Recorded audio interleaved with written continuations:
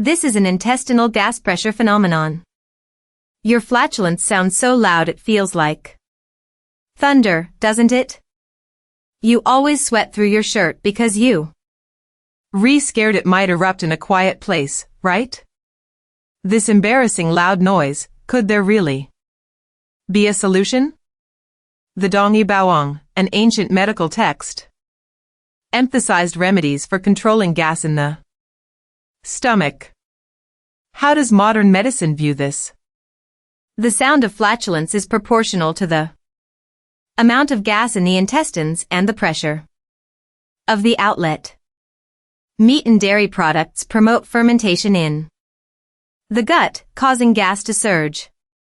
When the sphincter muscles narrow, gas is forced out violently, creating the thunderous sound.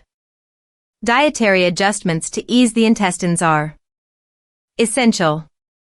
However, if you experience abdominal pain, it could signal a colon disease, so consult a specialist immediately. Subscribe and like this video, and the real reason behind the loud sound is